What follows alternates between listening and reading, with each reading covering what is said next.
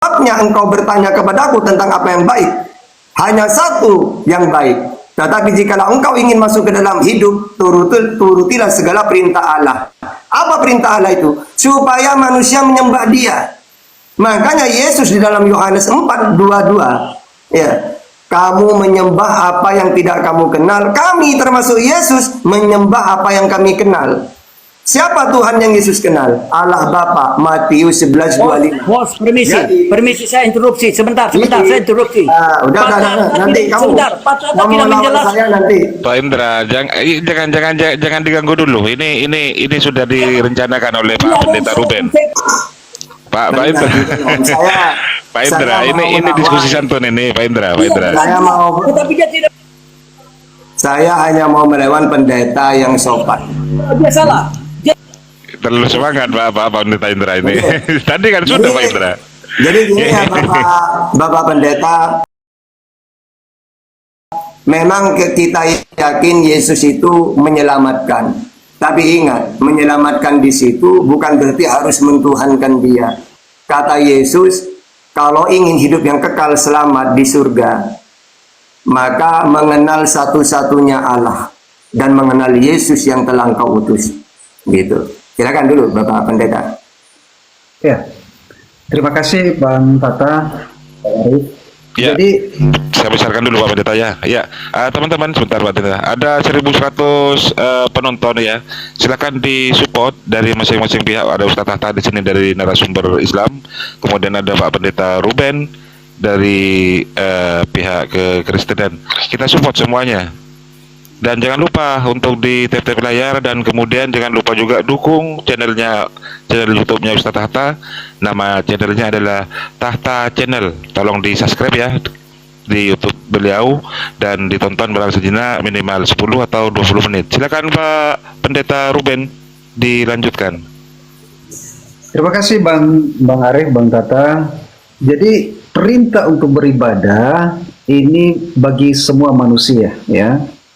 Perintah untuk menyembah Tuhan ini kepada semua manusia. Tetapi kita harus putuskan jalan manakah yang harus kita pilih untuk beribadah. Nah, Yosua 24 ayat 15 bilang, pilihlah pada hari ini kepada siapa kamu akan beribadah. Ya, tentu kita akan beribadah kepada yang kita pandang benar, yang kita pandang tahu jalan kebenaran dan hidup, mengarah kepada kehidupan kekal. Jadi kitab Yosua mengajarkan pilihlah ya di situasi di mana Israel itu sudah menyembah kepada Allah lain, tetapi Yosua masih tetap konsisten. Jadi dia tetap memilih Allah ya. Nah, yang kedua, pilihlah kehidupan supaya engkau hidup baik maupun keturunanmu. Jadi Ulangan 30 ayat 19, pilihlah jalan kehidupan. Karena ini penting, karena kalau kita memilih jalan yang kepada kematian kekal, maka kita akan binasa. Makanya dari awal kita bilang, pilihlah jalan kehidupan. Jalan kehidupan yang membawa kepada kehidupan kekal. Ada jalan yang dibawa iblis kepada kematian kekal. Maka kita harus pilih kehidupan supaya engkau hidup baik maupun keturunan kita. Jadi ayat ini mengarahkan kepada satu pribadi jalan, yaitu jalan Yesus Kristus. Terima kasih Bang Tata. Bang. Iya, terima kasih Pak Pendeta Ruben. Silakan Ustadz Tata.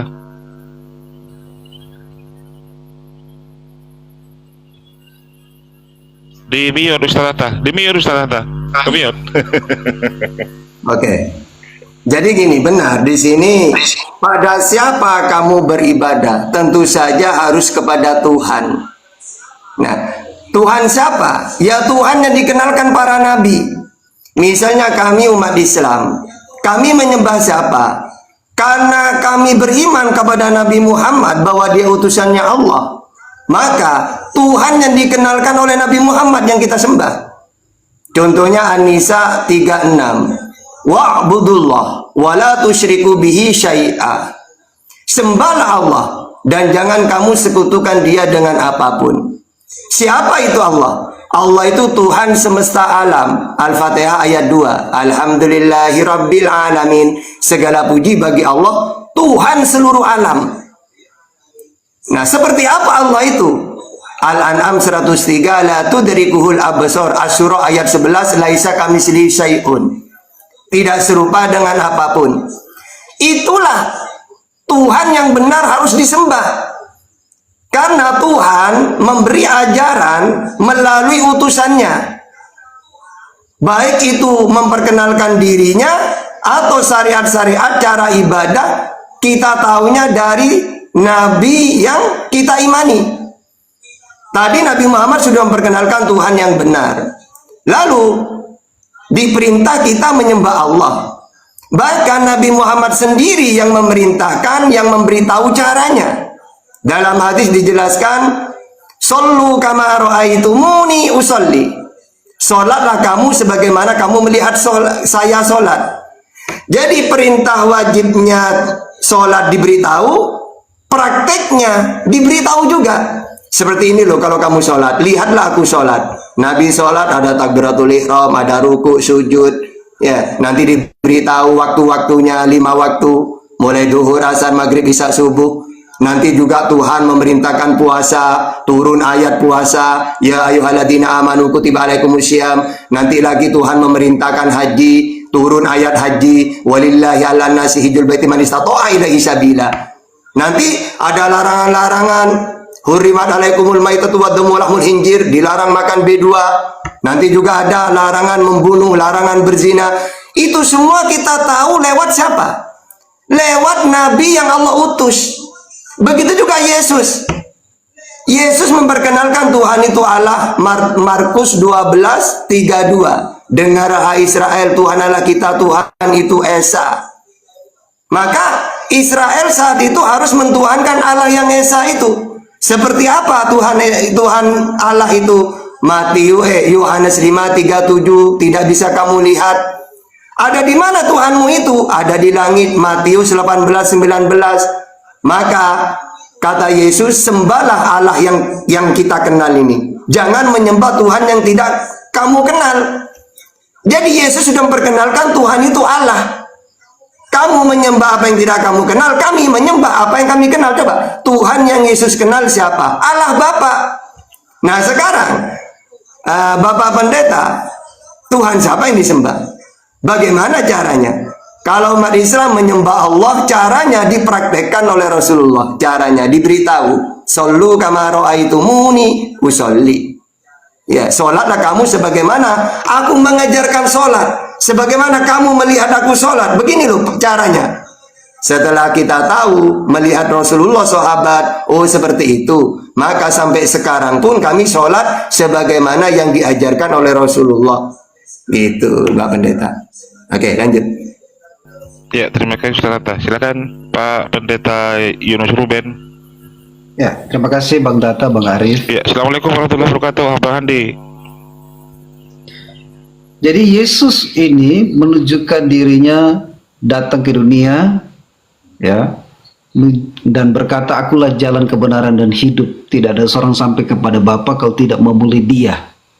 Nah, Yesus adalah jalan menuju hidup kekal. Ya, Kisah Para Rasul 4 ayat 12 dikatakan begini, "Dan keselamatan tidak ada dalam siapapun juga selain dalam Dia, sebab di bawah kolong langit ini tidak ada nama lain yang diberikan kepada manusia, olehnya kita dapat diselamatkan."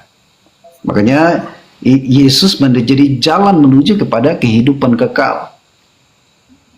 Nah, kenapa Yesus membawa Dia sebagai juru selamat? Yesaya 43 ayat 11 dikatakan, Akulah Tuhan, tidak ada juru selamat selain daripadaku."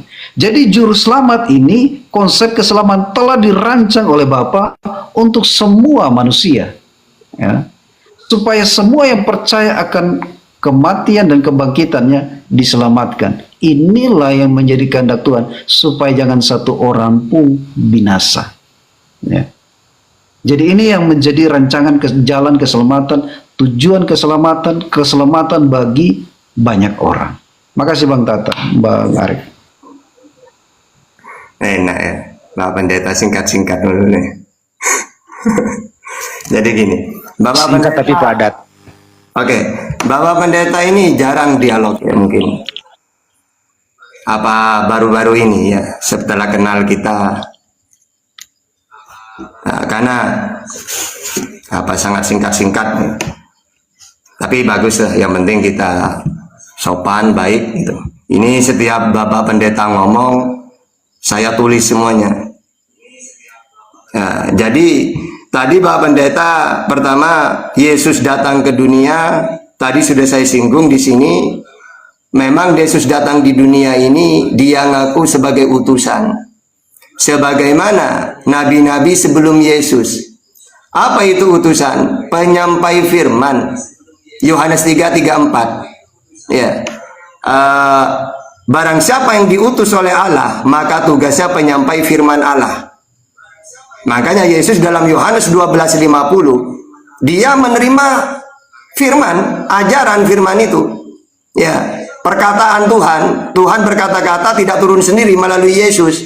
Apa yang aku sampaikan sebagaimana difirmankan oleh Allah kepadaku. Ya. Nah, terus firman yang dia terima, dia sampaikan kepada umatnya. Siapa umatnya? Dalam Matius 15:24, umatnya itu adalah Israel. Makanya dalam Yohanes 17:8, sebab segala firman yang kau sampaikan kepadaku telah aku sampaikan kepada mereka. Itu. Terus, akulah jalan dan kebenaran dan hidup. Ini maksudnya gini Bapak Pendeta, akulah jalan. Maksudnya apa? Tuhan itu samawi, tidak mau turun ke dunia. Sehingga untuk sampai kepada Tuhan itu harus melalui aku. Sama seperti Nabi Muhammad. Coba nanya ke semua umat Islam. Handi, kamu tahu Tuhan itu Allah dari siapa? Dari Nabi Muhammad.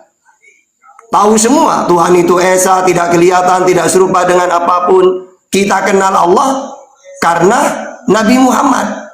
Berarti Nabi Muhammad itu jalan. Andaikan Allah tidak mengutus Nabi Muhammad, maka kita semua umat Islam di seluruh dunia tidak akan kenal Allah.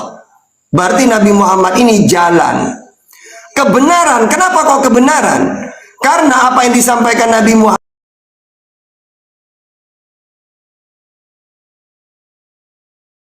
"Wama yantiku anil hawa in huwa illa wahyu yuha. Allamahu syadidul quwa."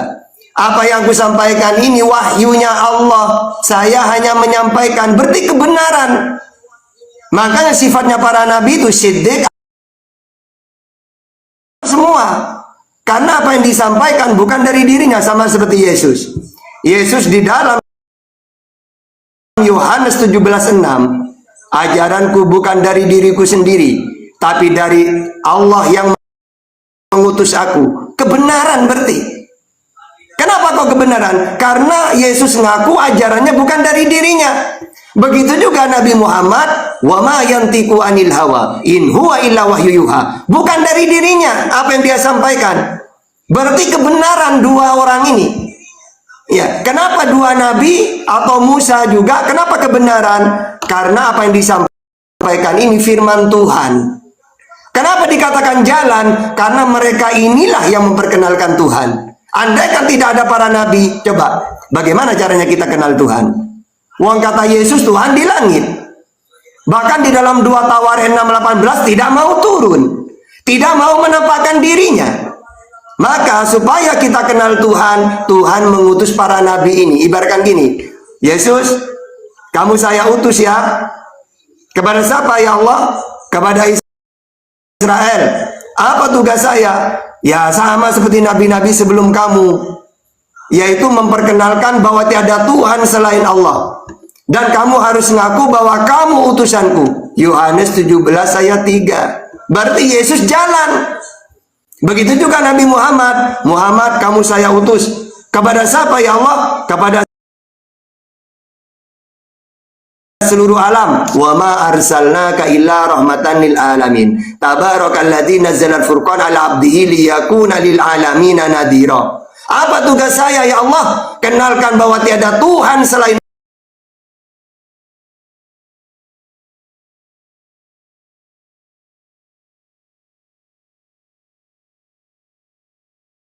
kalimat syahadat. Kenapa kok kalimat syahadat? Karena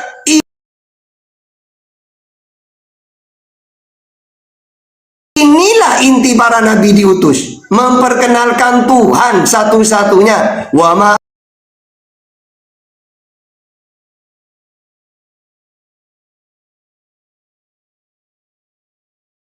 arsalna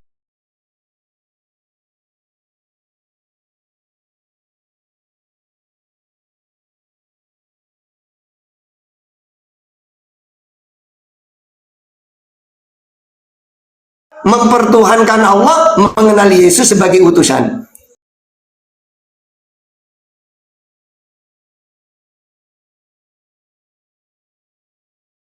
Inilah semua para nabi itu sama.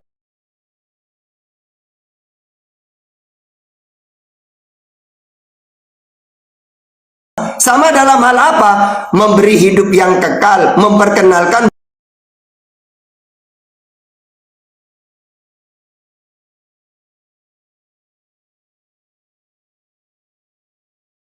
pohon beringin disembah, kuburan-kuburan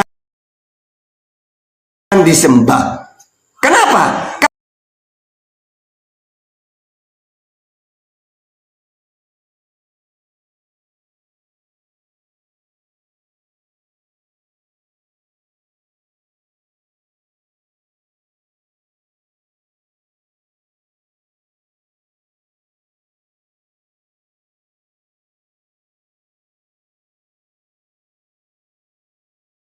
Ini diejek sama orang.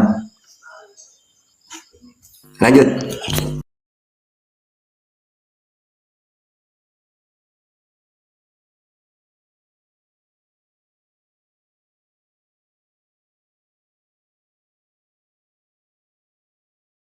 Dan mereka mengajarkan supaya mengenal Tuhan ya yang benar. Nah,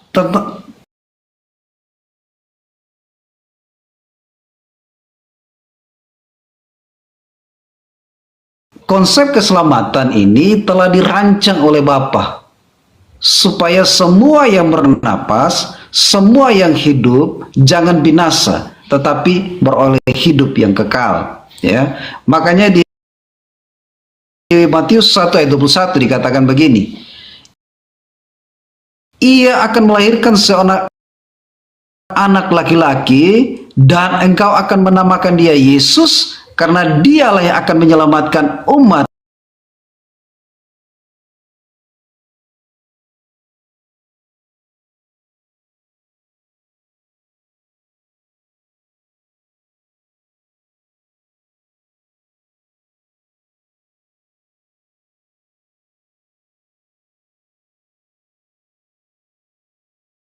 Juru selamat bagi dunia, yaitu Yesus anak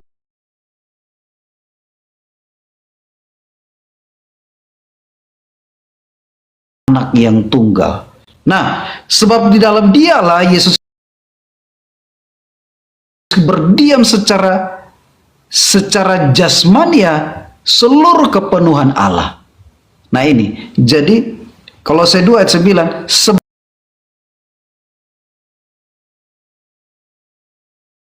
sebab di dalam dialah, dalam Yesus berdiam jasmani seluruh kepenuhan Allah. Di sini berarti manusia juga sebagai darah dan daging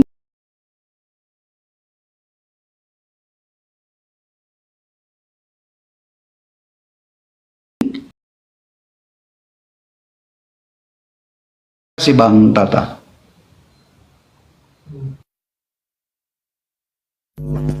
Iya, terima kasih Pak Pendeta Ruben. Jangan lupa teman-teman, sambil lalu di tetep layar dan di support kedua narasumber kita ini, baik teman-teman yang dari Kristen yang ada di bawah maupun teman-teman Islam dan yang ada di bawah. Silakan Ustaz Tata.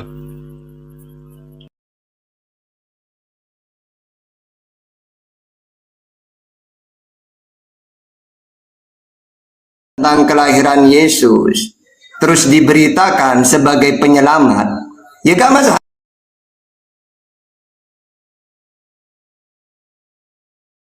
Memang benar, saya meyakini itu. Kenapa? Karena memang kan tadi saya sudah menjelaskan di dalam Yesaya 19:20, ketika Tuhan ingin menyelamatkan manusia, maka dia mengutus seorang juru selamat, seorang. Dan seorang yang juru selamat ini udah diberitakan semenjak lahir. Nah, coba di sini di dalam Musa juga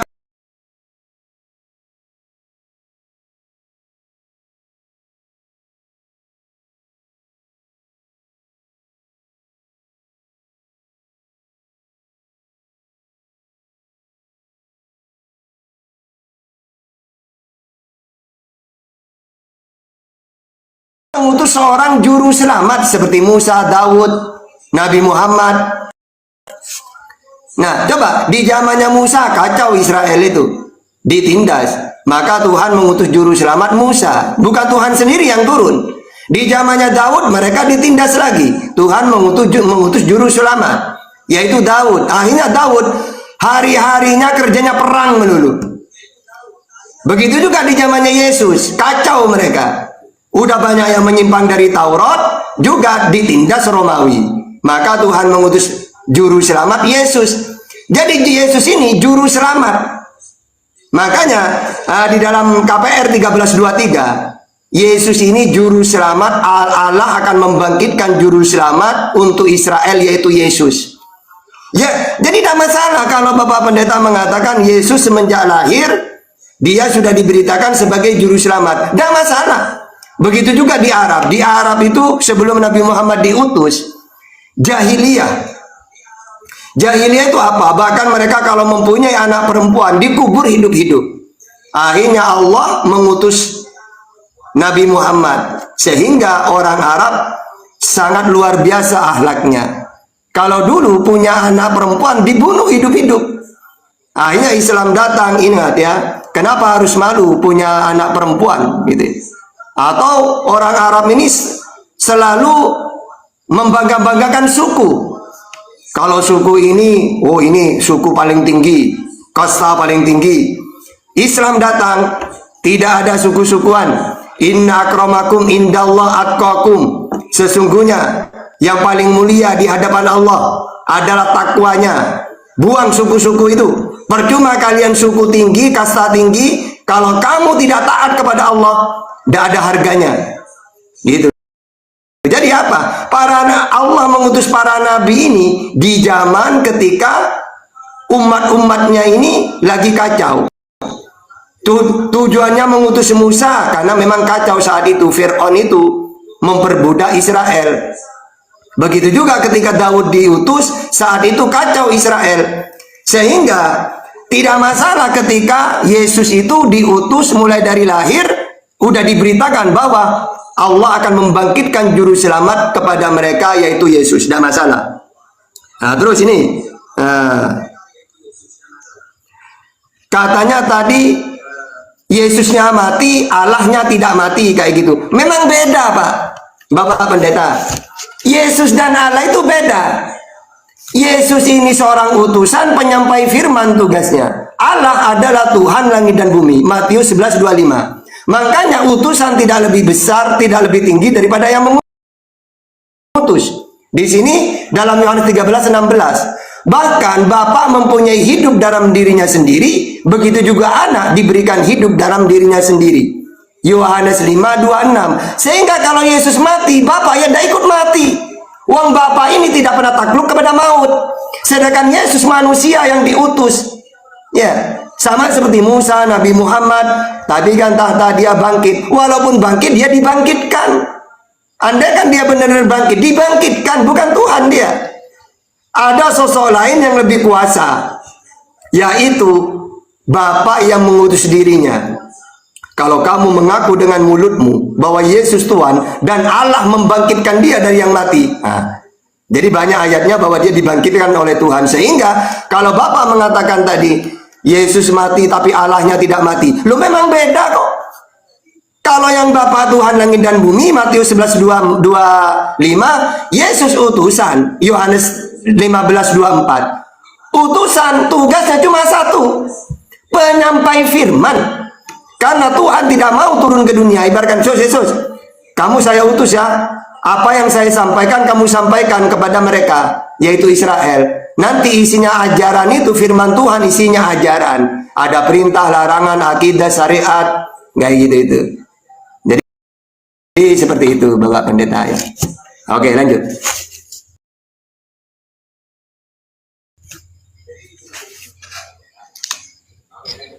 Ya, makasih Bang Tata. Jadi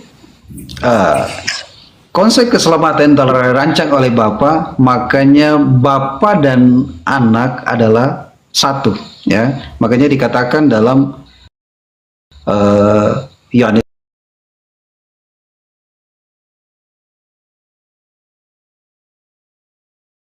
bersama-sama dengan Allah. Dan firman itu adalah Allah sendiri. Nah, firman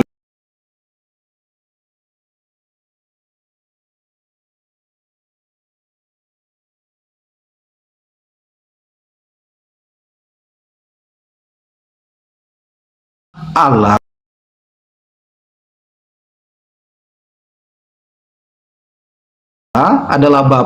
adalah Allah yang adalah Allah. Dia turun ke dunia menjadi manusia bersama dengan tinggal di antara kita. Karena ini konsep keselamatan yang awalnya dirancang dan ini sudah kenyataan, dia turun ke bumi menjadi manusia. Nah, Matius 1 ayat 22 dan 23 dikatakan hal itu terjadi supaya genaplah firman Tuhan. Apa yang dirancang genaplah. Dan ayat 23 dikatakan anak darah itu akan mengandung dan melahirkan seorang anak laki-laki. Mereka akan menamakan dia Immanuel, yang berarti Allah menyertai dia. Nah, kalau Allah yang menyertai dia, berarti ada kuasa yang menyertai. Semua, walaupun dia diutus, tapi disertai dengan kuasa, dengan otoritas dari sorga. Makanya iblis, ya, iblis tidak berkuasa atas dia. Karena dia anak Allah. Ketika dia bertemu dengan orang yang dipenuhi dengan kerasukan setan, dia mengaku, ya iblis itu, waktuku belum tiba, hai anak Allah. Nah, artinya bahwa iblis tahu bahwa ini anak Allah. Nah, di bagian ini bahwa Allah menyertai dia sampai menggenapi semua janji Allah dalam dirinya. Nah, ayat Yesaya 9 ayat 5 dikatakan, sebab seorang anak telah lahir untuk kita, ya, Yesaya 5 ayat 9. Seorang anak telah lahir untuk kita, seorang putra diberikan untuk kita. Dan namanya disebut penasihat ajaib, Allah yang perkasa, Bapa yang kekal, Raja damai. Ini yang membuat menjadi pegangan jalan keselamatan, ya, jalan menuju hidup kekal. Terima kasih Bang Tata.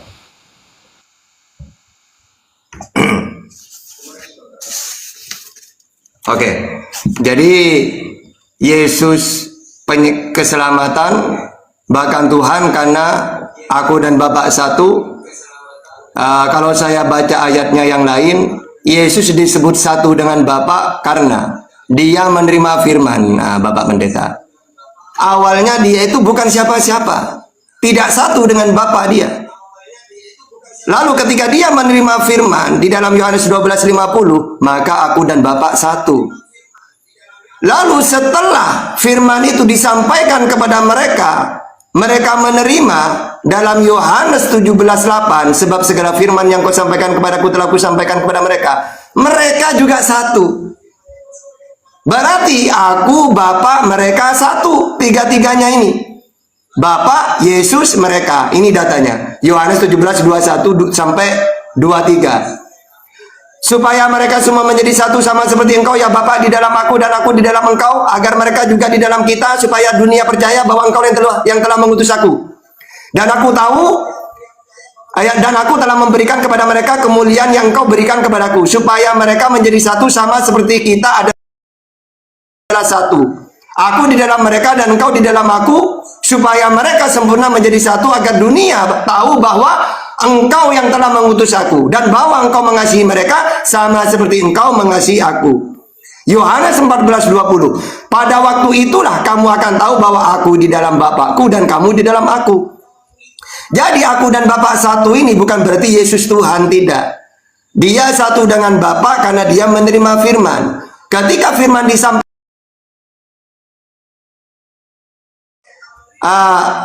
Yesus adalah firman jadi manusia, menjelma jadi manusia. Sebenarnya tidak ya.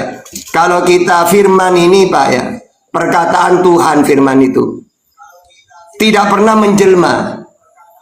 Namanya perkataan ini diterima, diberikan. Coba kita lihat bahwa firman itu perkataan. Yehezkiel 17:21 sampai 23. Supaya mereka semuanya di sini di dalam aku dan Bapa satu. Firman ini perkataan Tuhan ya. Di dalam Yehezkiel 3 ayat 4. Firman-Nya kepadaku, hai anak manusia, mari pergilah dan temuilah kaum Israel.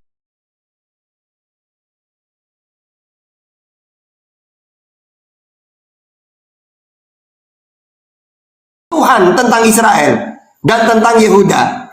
Begitu juga di dalam Keluaran 34:28. Dan Musa ada di sana bersama-sama dengan Tuhan 40 hari 40 malam lamanya, tidak makan roti dan tidak minum air, dan ia memuliakan pada Allah itu segala perkataan perjanjian ke-10 firman Tuhan.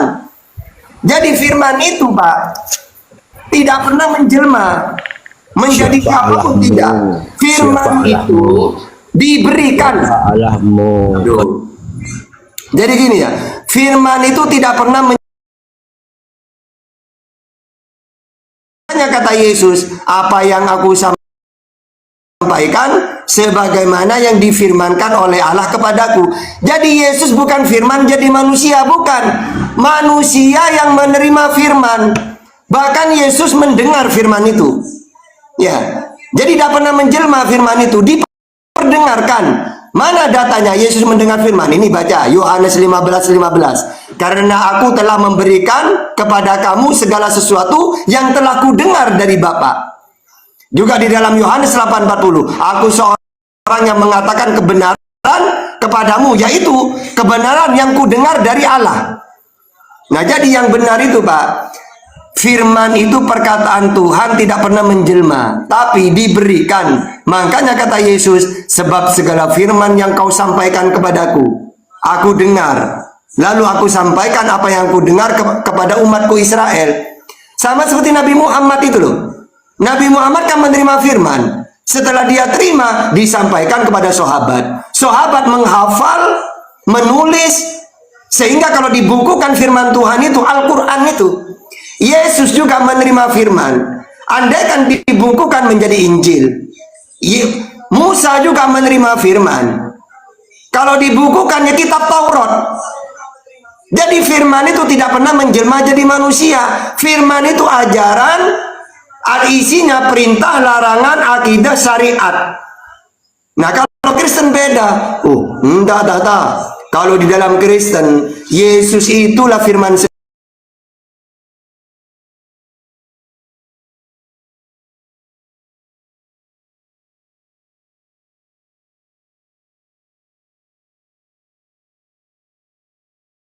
sampai firman. Gitu ya, yang benar kayak gitu sebenarnya. Oke, lanjut. Oke. Ya. Jadi tetap dalam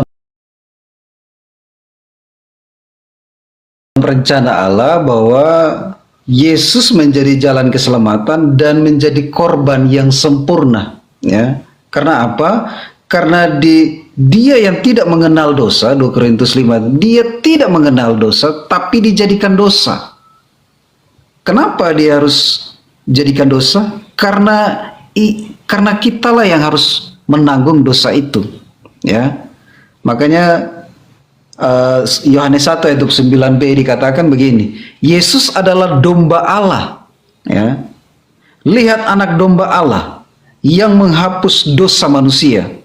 Maka ini jelas bahwa rancangan keselamatan, konsep keselamatan telah dirancang terdahulu dan penggenapannya adalah anak Allah ini. Ya, berarti Yesus menjadi korban yang sempurna dan dapat menghapus dosa manusia. Nah, Ibrani 10 ayat 4 dikatakan, sebab tidak mungkin darah lembu jantan atau darah domba jantan yang menghapus dosa. Tetapi inilah, Yesus adalah anak domba, domba Allah yang akan menghapus dosa manusia. Ya. Jadi Yesus ini menyerahkan nyawanya untuk kita, ya, untuk kita. Karena nah mungkin binatang yang berdosa, kitalah yang berdosa.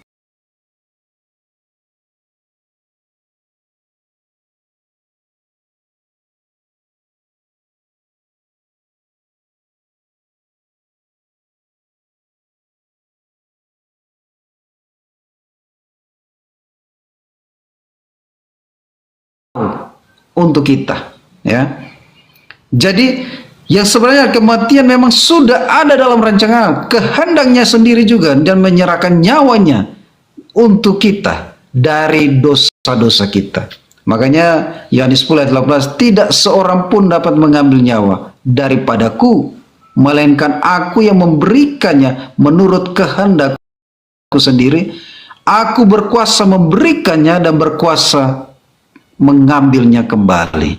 Nah, inilah ketika dia mati, tetapi dia bangkit lagi karena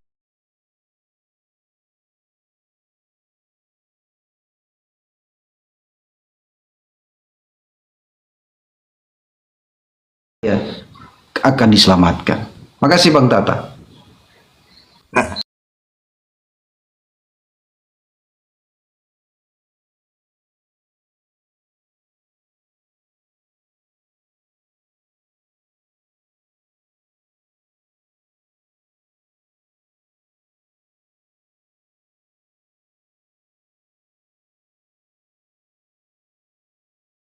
Iya, dosanya manusia dengan darahnya, tidak mungkin iblis terlibat. Kok bisa? Udah tahu Yesus itu diutus untuk menebus dosa dengan darahnya, tapi malah iblis yang berencana membunuh Yesus. Kan gak mungkin secara akal. Seakan-akan iblis ini pingin manusia ini ditebus dosanya. Coba dibaca Yohanes 8:44. Iblislah yang menjadi bapakmu, kata Yesus. Dan kamu ingin melakukan keinginan-keinginan bapakmu. Ia adalah pembunuh manusia sejak semula. Coba, andaikan Yesus ini menebus dosa dengan darahnya, pasti gini. Wahai Israel, kenapa kamu ingin membunuhku? Ayo, gak sabar ya, ingin ditebus ya dosanya ya. Seharusnya kan gitu. Tapi nyatanya Yesus malah marah dia. Kenapa kalian ingin membunuhku? Iblislah bapakmu. Kalian ingin melakukan keinginan-keinginan bapakmu. Karena iblislah pembunuh sejak semula. Nah, terus bagaimana caranya iblis ingin membunuh Yesus? Yohanes 13 ayat 2. Mereka sedang makan bersama dan iblis membisikkan rencana dalam hati Yudas. Ya coba, ini rencana iblis ini. Tidak mungkin kan untuk menebus dosa darahnya Yesus. Ya. Terus katanya Yesus menyerahkan dirinya untuk menebus dosa. Kita lihat bahwasanya Yesus ini justru menghindar dia, pergi dia. Ketika mau dibunuh, iblis melibatkan Yudas. Yesus tahu, wah licik iblis ini. Pasti dia akan melibatkan murid-muridku ini. Wah, sembunyi aja saya. Yohanes 18:1-3. Setelah Yesus mengatakan semuanya itu, keluarlah ia dari situ bersama-sama dengan murid-muridnya. Ya, jadi pergi menghindar dia. Begitu juga dalam Lukas 13:33. Tetapi hari ini dan besok dan lusa aku harus meneruskan perjalananku, sebab tidaklah semestinya seorang nabi dibunuh kalau tidak di Yerusalem. Dia sadar kalau dirinya seorang nabi, yang mana ketika nabi diutus kepada Israel, mereka tolak, pasti mereka bunuh. Yesus sadar itu, makanya dia melarikan diri. Ya. Kata Yesus dalam Markus 6 ayat 4, beginilah seorang nabi.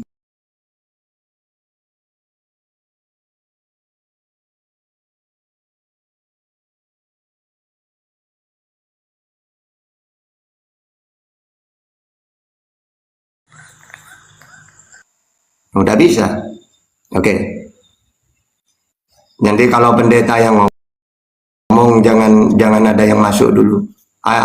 Jangan langsung di mute biar gak terganggu. Oke. Jadi gini Bapak Pendeta, andaikan Yesus ini benar-benar mati, berarti memang nabi-nabi sebelum Yesus juga mereka bunuh, seperti Zakaria. Makanya kata Yesus, beginilah seorang nabi diterima di mana-mana kecuali tempat tinggalnya, dan aku harus pergi karena tidak semestinya seorang nabi dibunuh kalau tidak di Yerusalem.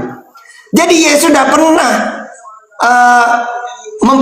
menyerahkan dirinya, enggak, justru dia melarikan diri. Karena pembunuhan itu keinginan iblis, juga keinginan orang Israel yang benci ke dia. Baca Yohanes 8:37. Kalian ingin membunuhku karena kalian tidak mau mengikuti ajaranku. Zakaria juga mereka bunuh.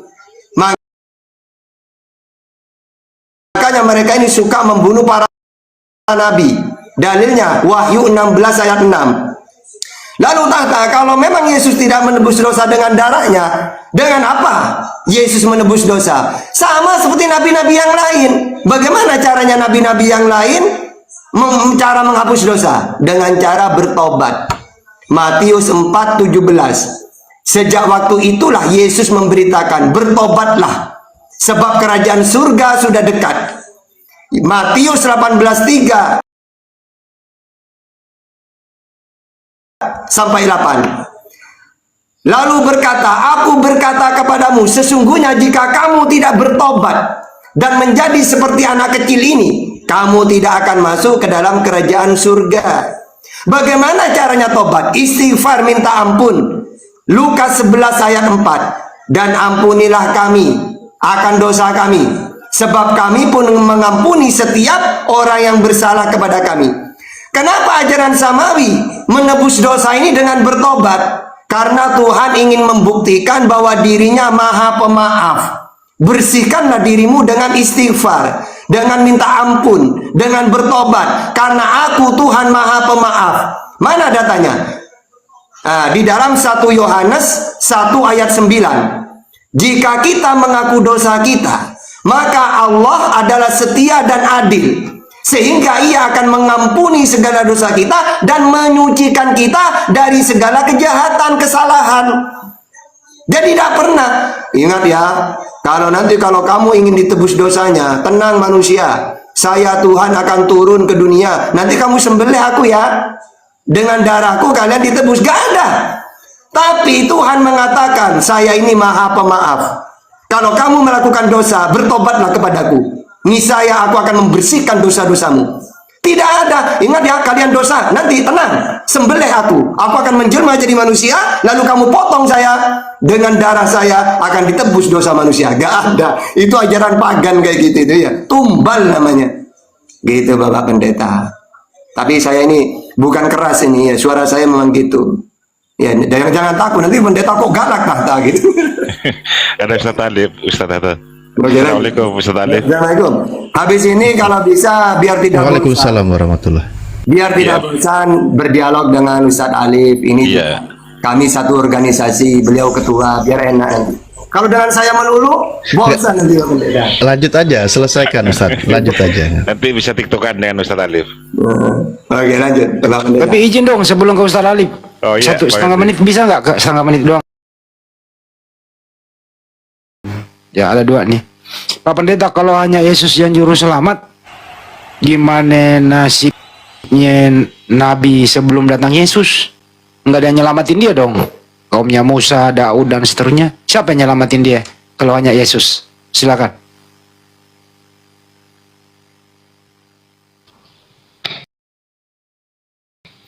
Oke. Makasih Bang Handi.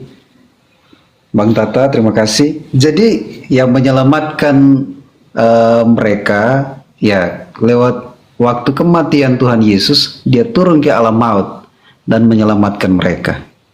Jadi Tuhan itu menang atas maut. Itu yang kita belajar.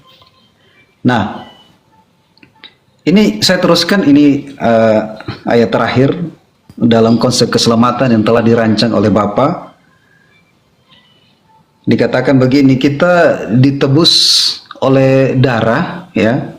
Dikatakan kita ditebus oleh darah anak domba, ya, merujuk dari Yohanes 1 ayat 29. Dulu Pak Pendeta, belum kelar saya. Oh, iya. Turun ke alam maut menyelamatkan orang yang sudah mati. Kan mereka sudah nggak ada di muka bumi nih, Pak Pendeta.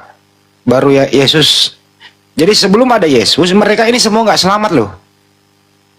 Mereka semua mendapat siksa kalau sesuai dengan iman Pak Pendeta. Berapa ratus tahun kemudian baru datang Yesus, turun ke alam maut menyelamatkan orang yang sudah mati.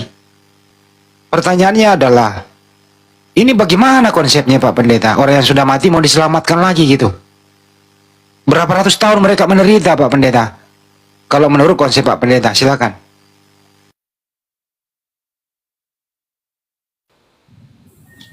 Oke, baik. Jadi mereka yang mati itu menurut yang saya belajar dan saya tahu bahwa mereka tidak langsung dihakimi, tetapi mereka ada di satu tempat yang akan dihakimi satu kali ketika dia datang kedua kali.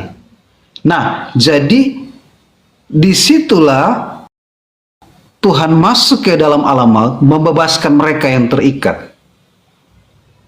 Jadi ini penebusan dosa satu kali untuk selamanya dan satu kali untuk semua yang pernah hidup.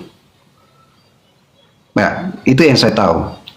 Gitu Bang Handi. Menurut Pak Pendeta, mereka yang beratus-ratus tahun meninggal ini, termasuk Adam, Nuh, semuanya gitu, beratus tahun meninggal, disimpan di suatu tempat, menunggu Yesus turun ke bawah menyelamatkan dari ikatan.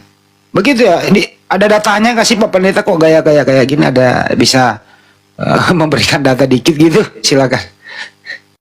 Oke. Ini data nanti satu kali karena ini kan kita masih pakai konsep belajar dulu bagian jalan keselamatan. Konsep Oke, lanjut. Makasih Pak Pendeta. Selesai saya. Lanjut. Ya.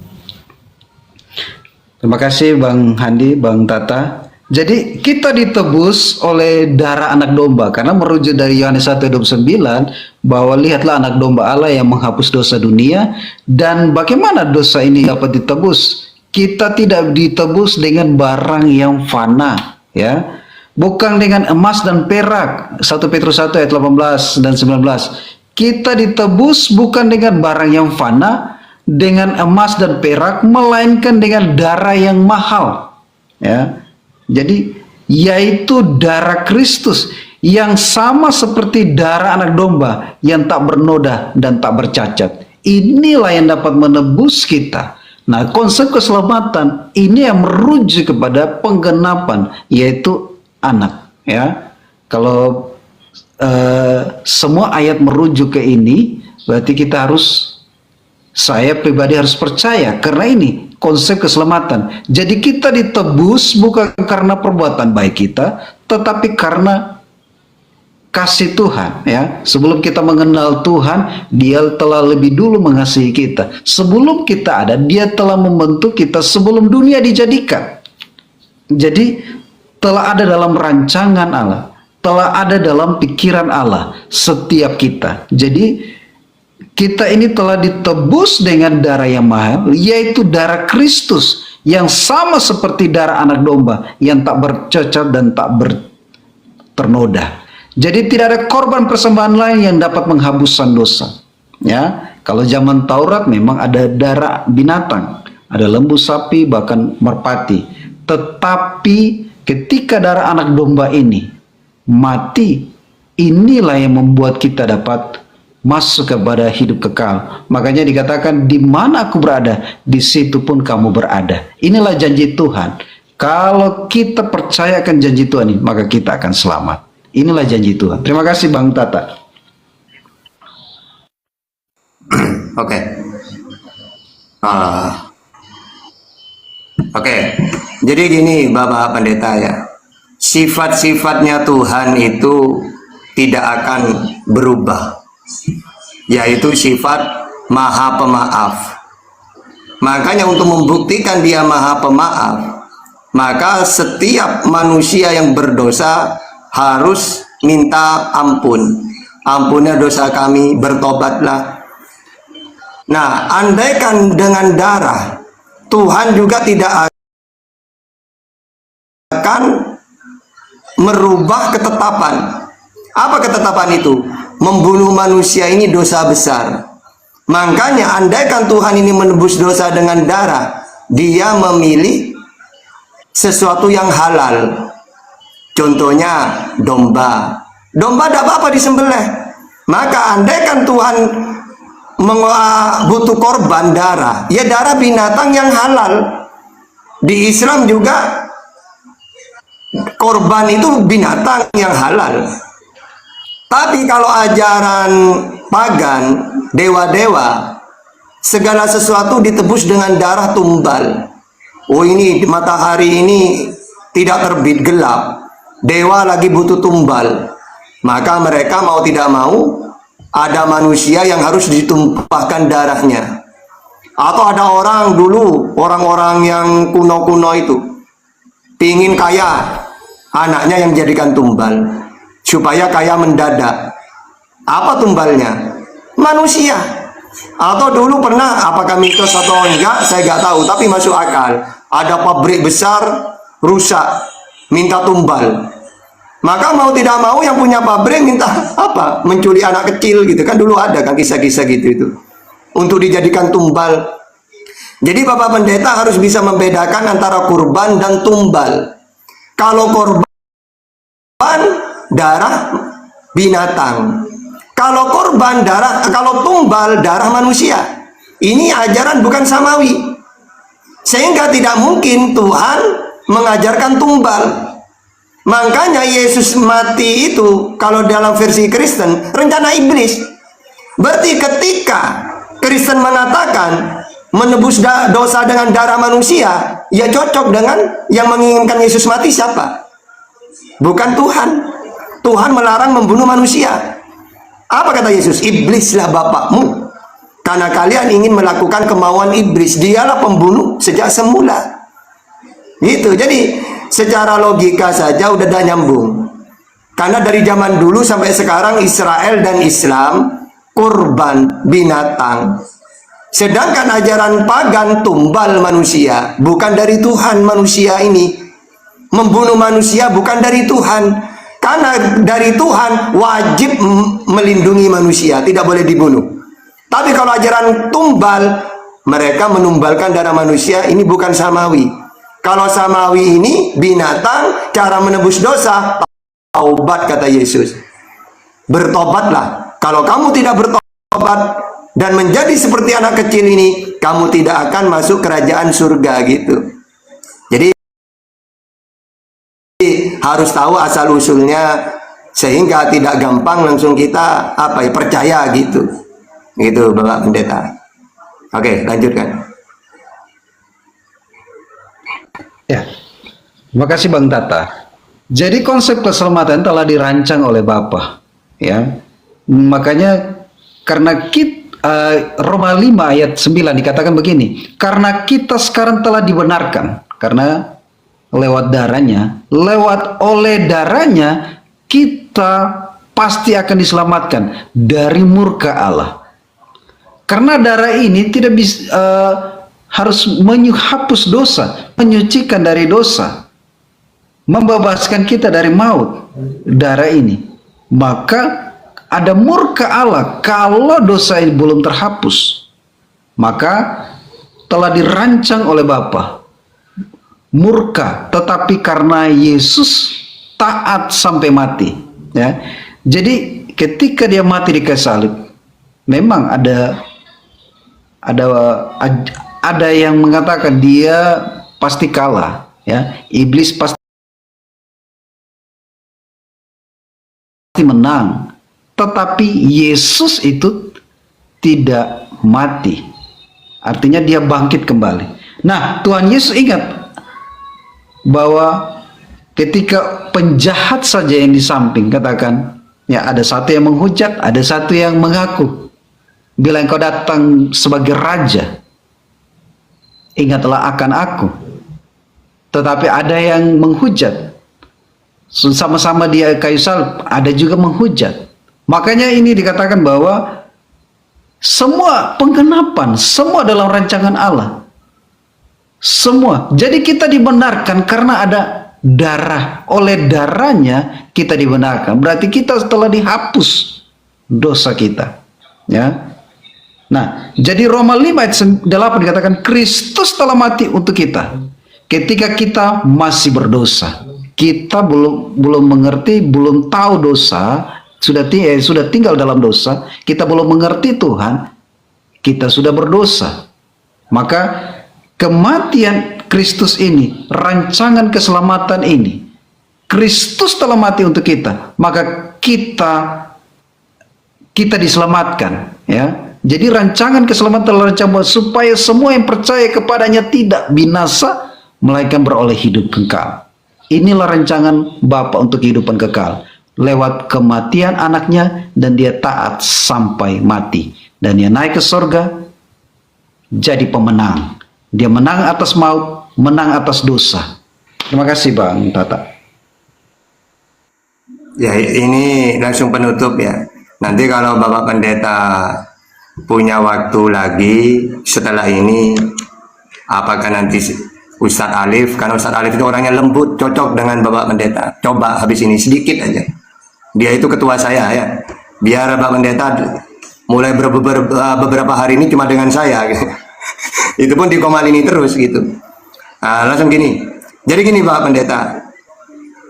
Ada yang beberapa hal yang orang Kristen tidak diketahui. Bahwa Israel ini suka membunuh para nabi. Setiap nabi yang diutus, ditolak, pasti mereka bunuh. Saya ceritakan tentang Rasulullah, Nabi Muhammad. Nabi Muhammad ini diutus untuk mengajarkan tauhid. Lalu orang-orang mau membunuh beliau. Puluhan kali mau dibunuh itu. Sampai beliau hijrah ke Madinah. Berarti kan benar kata Yesus. Markus 6 ayat 4. Beginilah seorang nabi diterima di mana-mana kecuali di tempat tinggalnya. Yesus tempat tinggalnya itu dicaci maki dia. Nabi Muhammad di Quraisy Mekah dicaci maki, mau dibunuh. Berulang-ulang kali itu. Lebih banyak pembunuhan kepada Rasulullah daripada ke Yesus. Makanya beliau hijrah ke Madinah. Karena di tempat kelahirannya ditolak. Jadi andaikan Rasulullah wafat, andaikan Yesus mati, apa alasannya mati itu? Karena memang risiko para nabi ketika ditolak dibunuh. Seperti Zakaria dan nabi-nabi yang lain. Di dalam Wahyu 16 ayat 6 mereka pembunuh para nabi. Israel pembunuh para nabi. Tiba-tiba Yesus diklaim mati menebus dosa. Padahal menebus dosa dengan taubat kata Yesus. Maka seperti yang saya tadi sampaikan, andaikan Yesus benar-benar mati, itu karena risikonya para nabi memang dia itu ketika ditolak pasti mereka akan membunuh Yesus. Nah terus katanya Yesus menang, iblis kalah. Tidak. Kalau menurut saya iblis tetap menang kalau secara logika. Karena gini ya, kenapa iblis ingin membunuh Yesus? Iblis ini pingin manusia ini sesat. Sedangkan Allah mengutus Yesus, Nabi Muhammad, Musa, supaya manusia di surga. Dengan cara memperkenalkan Tuhan Esa. Iblis kepanasan, singkirkan aja Yesus